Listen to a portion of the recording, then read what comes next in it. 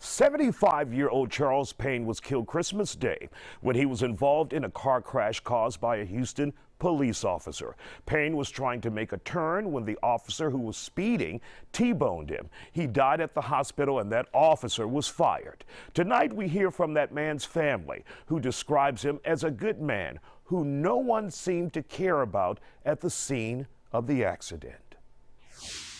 And joining us tonight on The Factor Uncensored is the son of Charles Payne, Roderick DEARBORNE.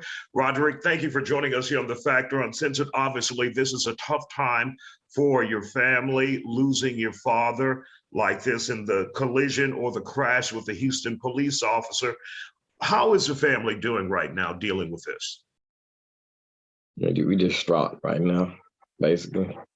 You know, your dad snatched her up under the family tree. It's like they put a whole root out of the tree.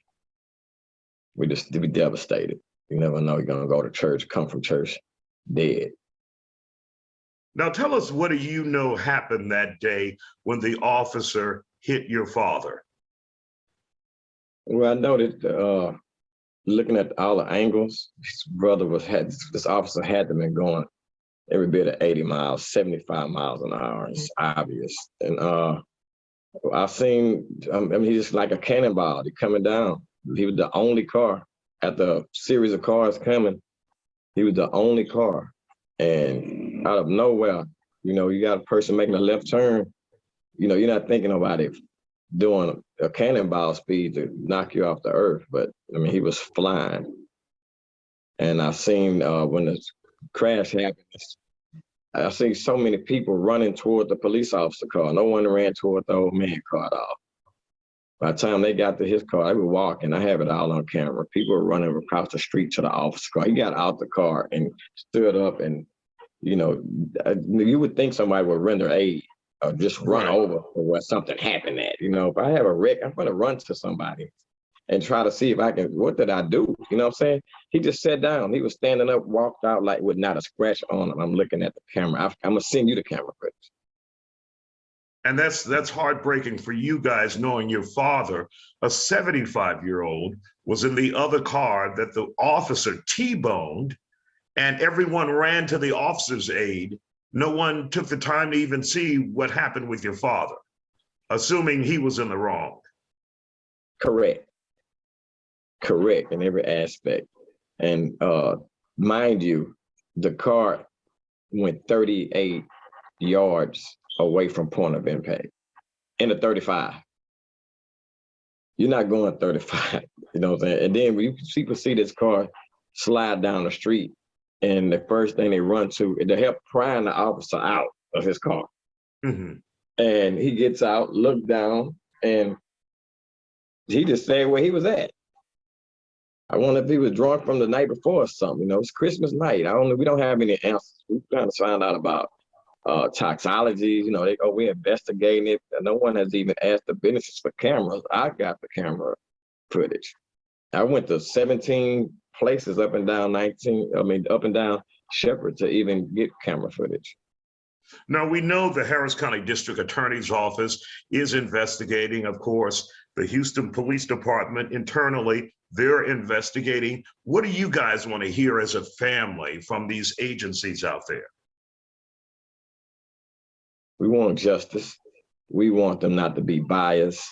You know, my father's name is all over the news. We don't even know the police officer's name. You know, we don't even know if, you know, I want him to be held accountable like anybody else. You know what I'm saying? We want him to have charges against him. You know, we want justice for Charles Payne, real simple, because, you know, you're supposed to uphold the law, the end. And in the process of not upholding the law, that you would crucify somebody with, if they're going 2 miles over with a ticket. You know, it's obvious, just eyeballing the video, you know what I'm saying, that this was a murder. You know, this is a manslaughter, whatever technical word you want, is a life taken from a police officer breaking the law. That you describe it as reckless behavior that resulted in your father's death. Reckless behavior, yes. No, I think the speed limit was 35 on North Shepherd, and you guys were told he wasn't responding, that being the officer, wasn't responding to any kind of police call.